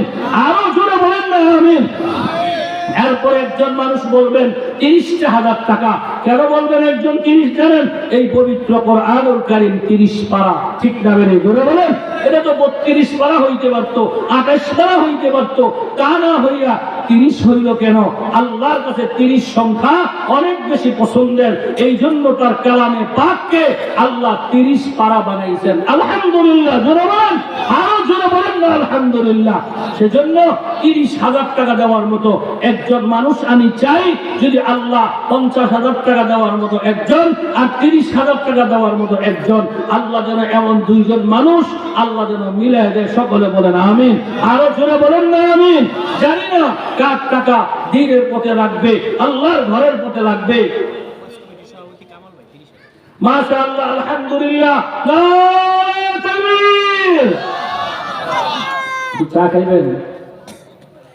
কথা বলেন। 1-1.5 ঘন্টা বড় কথা কইলাম আমি, আর আমরা এতগুলি মানুষের মিললেও তো আমার সমান আওয়াজ করতে পারবে। গলাটা ধরা দেন। নারে তাকবীরের পরে কি তো লাগে? আল্লাহু আকবার কি ফিরেন নাম? তোর নেতার নাম? কার নাম? কার নাম? এই যে কইতো যে আপনাদেরকে যদি হাওলাত দেওয়া লাগে, আরেকজনে উস্কানি দেওয়া লাগে, ধাক্কা দেওয়া লাগে, কি লেগে? আপনি আল্লাহর বান্দা আল্লাহু আকবার সর্বোচ্চ জোরে বলবেন। এর চেয়ে দামি শব্দ আর কি হইতে পারে? নারে তাকবীর। আজকে মাহফিলের ওয়াজ মাহফিল কমিটির সম্মানিত সভাপতি, কি নাম? জনাব কামাল হোসেন ভাই, তিনি এই মসজিদের উন্নয়নের জন্য 30,000 টাকা দেওয়ার প্রতিশ্রুতি দিয়েছেন। আল্লাহ কবুল করুন, জোরে বলেন আমিন। আল্লাহ আপনি আমার কামাল ভাইকে কবুল করেন, আমিন বলেন। আল্লাহ মনের মেয়েটা পূরণ করে দেন। আল্লাহ তার হায়াতে বরকত দিয়ে দেন। আল্লাহ কামাই রোজগারে বরকত দিয়ে দেন। আল্লাহ ডানে বামে সামনে পিছনে সব দিক থেকে আল্লাহ আপনার কুদরতের দ্বারা আপনি আমার কামাল ভাইকে হেফাজত করেন। সকলে বলেন আমিন। আল্লাহ আমার কামাল ভাইয়ের মা বাবা সহ আপনজন যারা অন্ধকার কবরে শুয়ে আছে, রে আল্লাহ আমরা সবাই মিলে দোয়া করলাম, এই মুহূর্তে আপনি তাদের কবরকে জান্নাতের বাগান বানায় দেন। সবাই জোরে বলেন না আল্লাহুম্মা আমিন। মাশাআল্লাহ, 30,000 টাকা পাওয়ার মতো আল্লাহ একজন বান্দা মিলাই দিয়েছেন। আপনারা খুশি না বেজার? এখন যেন আল্লাহ একটা 50,000 টাকা দেওয়ার মতো একজন আল্লাহর বান্দা যেন আল্লাহ এবং বান্দা ঘুরে দেয়। আল্লাহ যেন তার দিনটা মসজিদের দিকে, আল্লাহর দিকে ঝুঁকায় দেয়। আপনি দিবেন মাত্র 50। আল্লাহ ইচ্ছা করলে খুশি হইয়া আপনার 50,000 কোটি টাকার মালিক আল্লাহ বানানোর ক্ষমতা আছে না নাই? জোরে বলেন, কেবল আছে না নেই? ক্ষমতা আল্লাহর কাছে। আমাকে দিবেন না, ওয়াজ কমিটিরে দিবেন না, মা মসজিদের কমিটিরে দিবেন না, টাকা দিবেন আল্লাহ আপনারে দিছে, আপনি আল্লাহর কাছে জমা রাখবেন। ঠিক না বেনি? জোরে বলেন। এরপরে যারা আছেন মজলিসের ভিতরে, আল্লাহ যেন 50,000 টাকার একটা লোক মিলাই দেয়, আমিন বলেন। জোরে বলেন আমিন। এরপরে যারা আছেন 20,000 টাকা দেওয়ার মতো কোন আল্লাহর বান্দা থাকলে একটু সাহস করে নামটা বলবেন। আর এই মজলিসে 10 জন আল্লাহর বান্দা এমন তৈয়ার হন যারা 10,000 টাকা দিবেন। 10,000 টাকা কেন হুজুর? বেশিও তো দিতে পারি, দেন, সমস্যা নাই, তবে 10-এর একটা বরকত আছে। কি বরকত? শোনামনি আপনাদেরকে মুসলিম শরীফের হাদিস। নবীজি সাল্লাল্লাহু আলাইহি ওয়াসাল্লাম সাহাবায়ে কেরামদের দিকে তাকাইয়া আঙ্গুলের ইশারা দিয়া বলতেছেন, আবু বকর জান্নাতি, ওমর জান্নাতি, উসমান জান্নাতি। আল্লাহু আকবার, জোরে বলবেন আল্লাহু আকবার। আমার নবী যাদের নাম জান্নাতি বলছে, এরা কি কোনোদিন জাহান্নামী হবে নাকি? কোনোদিন হবে না। এরা 10 নবীজি গুনতে গুনতে বলতে বলতে বলতে বলতে 10 পর্যন্ত যে নবীজি ক্ষান্ত হয়ে গেছেন। আমার নবীজি আর সামনে যান না। এক সাহাবী বলে, হুজুর আরো তো আছে, বলেন। তো আমি কেমনে বলবো? আল্লাহ যাদের নাম ঘোষণা দিতে বলছেন, আমি তাদের নাম ঘোষণা দিছি। আল্লাহু আকবার। এদের সংখ্যা ছিল 10। কত ছিল? কথা বলেন না, কত ছিল? 10। আরবিতে বলা হয় আশারায়ে মুবাশশারা। এই 10 জন ব্যক্তিকে আল্লাহ জান্নাতের সার্টিফিকেট গ্রাম দিবেন। এই মজলিসের ভিতরে আমি 10,000 টাকা দিবেন এরকম কিছু মানুষ চাই। এই নিয়তে টাকাটা দিবেন যে আল্লাহ আমি 10 দিছি, তুমি 10 পছন্দ করো।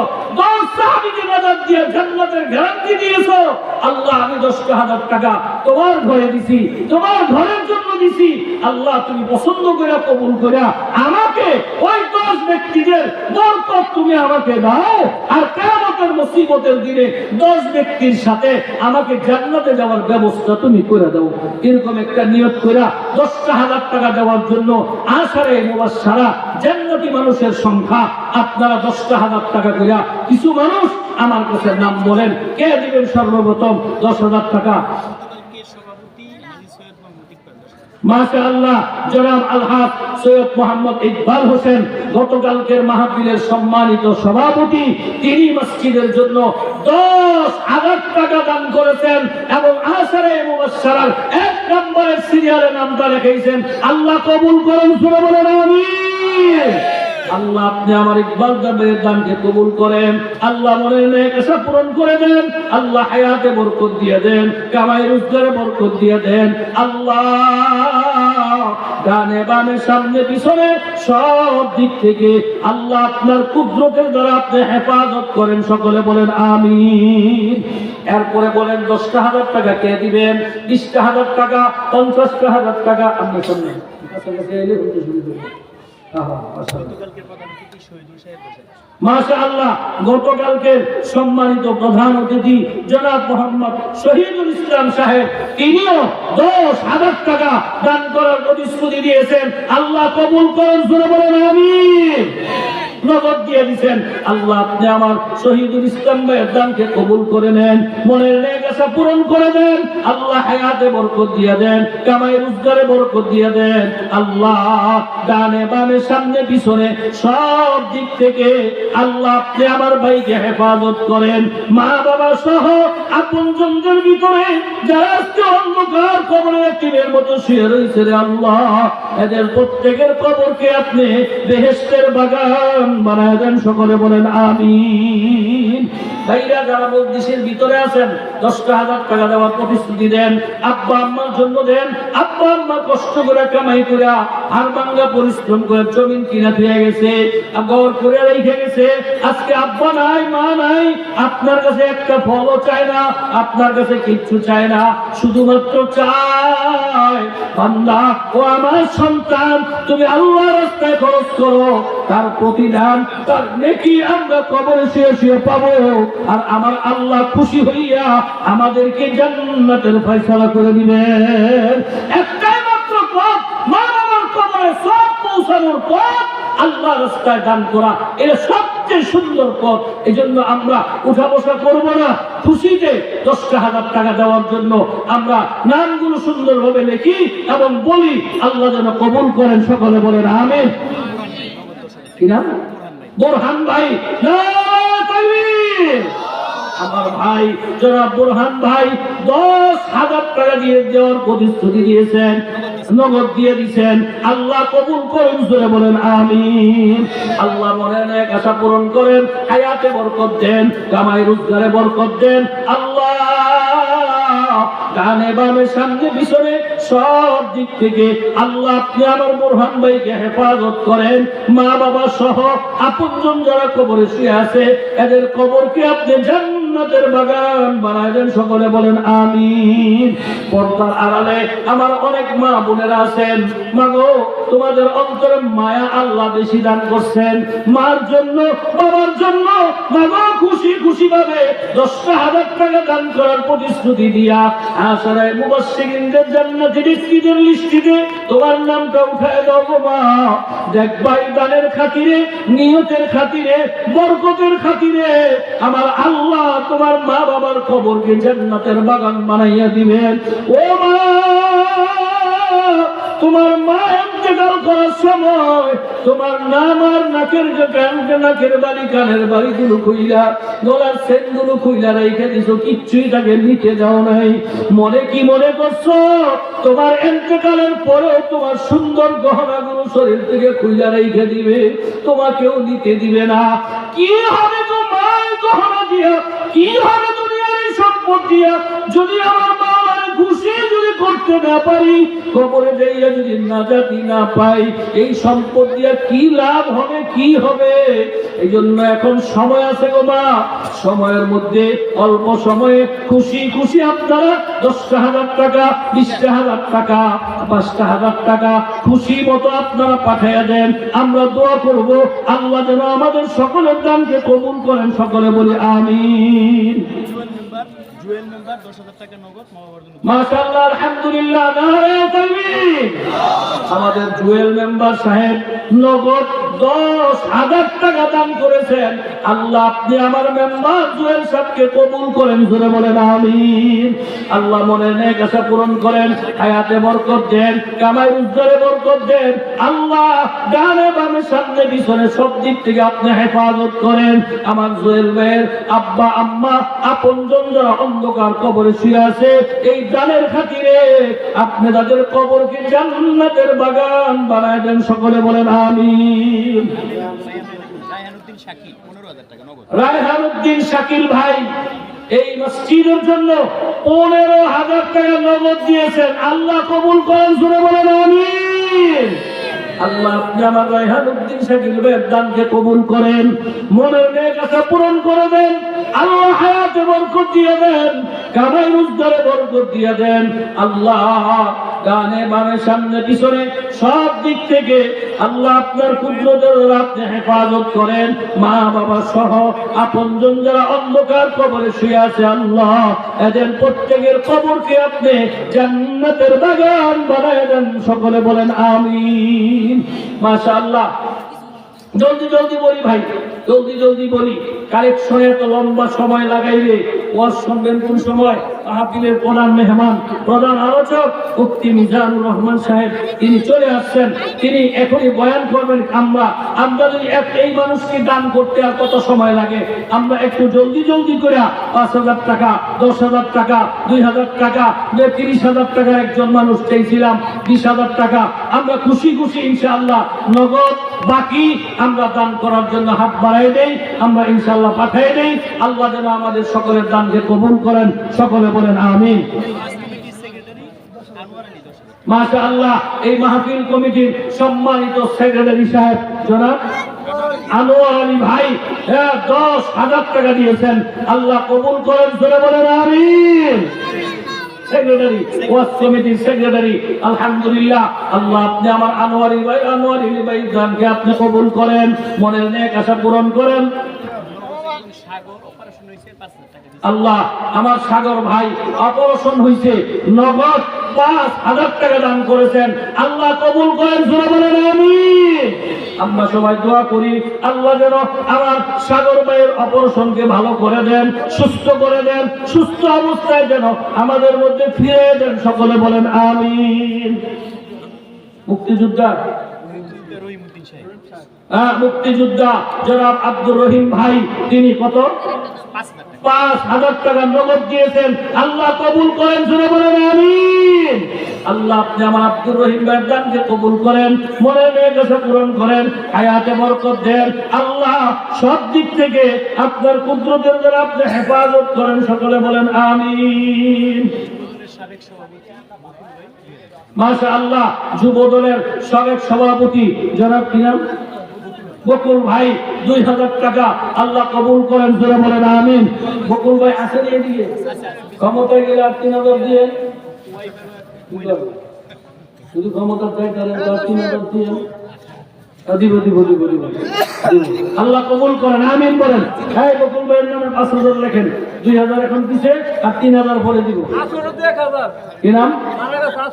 আসরউদ্দিন ভাই নগদ 1,000 টাকা আল্লাহ কবুল করেন, সকলে বলেন আমিন।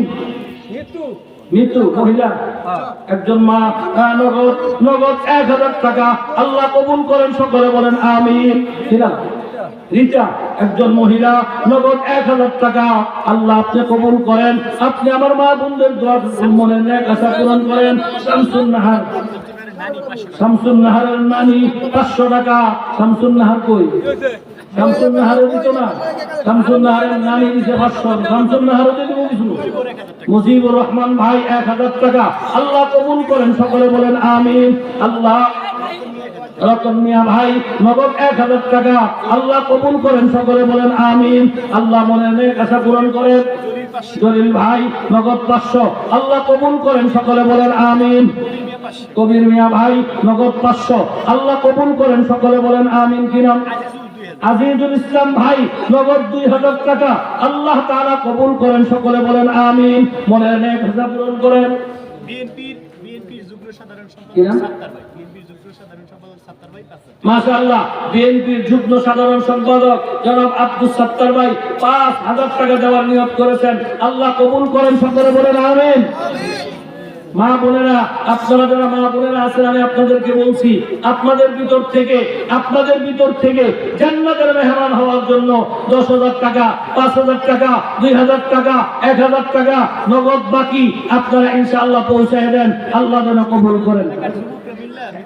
মাশাআল্লাহ আলহামদুলিল্লাহ। এলাকার যুব সমাজ, যুবকরা মিলে মৃত ব্যক্তিদের রূহের মাগফিরাতের নিয়ত করে আল্লাহর ঘরে নগদ 2,000 টাকা দান করেছেন, আল্লাহ কবুল করেন, সকলে বলেন আমিন।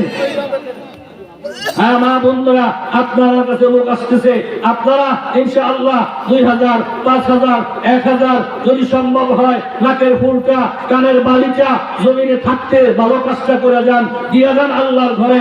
আপনি এই কুরবানি করবেন, আল্লাহ আপনাকে জাহান্নাম থেকে মুক্তি দিয়া জান্নাতে যাওয়ার ব্যবস্থা করে দেওয়ার মালিক একমাত্র আল্লাহ। আমরা হিম্মত করি। আবু মিয়া ভাই 1,000 টাকা নগদ আল্লাহ কবুল করেন। কি নাম? আবু তালহার দাদা 1,000 টাকা আল্লাহ কবুল করেন, সকলে বলেন আমিন। সালমান ভাই সৌদি আরবে থাকে, নগদ 2,000 টাকা দিয়েছেন, আল্লাহ কবুল করেন, সকলে বলেন আমিন। বিদেশের বাড়িতে যেন আল্লাহ সব দিক থেকে হেফাজত করেন, সকলে বলেন আমিন। এবার সকে বিনু মিয়া ভাই নগদ 2,000 টাকা দান করেছেন, আল্লাহ কবুল করেন, সকলে বলেন আমিন। আল্লাহ মনের নেক আশা পূরণ করেন। সিরাজ মিয়া ভাই কত? 2,000 টাকা। সিরাজ মিয়া ভাই 2,000 টাকা আল্লাহ কবুল করেন, সকলে বলেন আমিন। আবু তাহের ভাই নগদ 500। খুদেজা বেগম 500 আল্লাহ কবুল করেন, সকলে বলেন আমিন। আল্লাহ দানকারীদের মনের নেক আশা পূরণ করেন। হুসনা 1500 উসনা নামে একজন মহিলা 1,500 টাকা দিয়েছেন, আল্লাহ কবুল করেন, বলেন আমিন।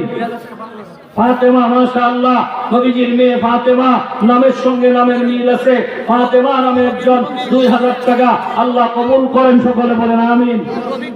রফিক ভাই 1,000 টাকা নগদ আল্লাহ কবুল করেন, বলেন আমিন।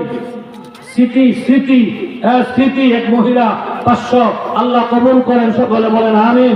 মাশাআল্লাহ, আমরা একটু দানের হাত বাড়িয়ে দেই, আমাকে দিবেন না, কমিটিতে দিবেন না, দিবেন আল্লাহর ঘরে, আল্লাহর ঘরে জমা রাখবেন, আল্লাহর ঘর সুন্দর হবে। মাশাআল্লাহ, মসজিদ কমিটির সাবেক সভাপতি সাহেব জনাব সাইজুদ্দিন ভাই নগদ 2000 টাকা আল্লাহ কবুল করেন, সকলে বলেন আমিন।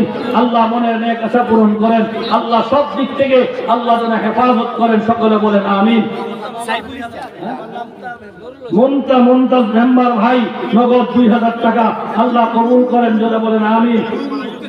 মুক্তিযোদ্ধা মুমতাজ ভাই 2000 টাকা, নুরু ভাই 500 টাকা আল্লাহ কবুল করেন, সকলে বলেন আমিন। সাইফুল ইসলাম ভাই কত? 5000 টাকা। সাইফুল ইসলাম উমরায় গেছে না?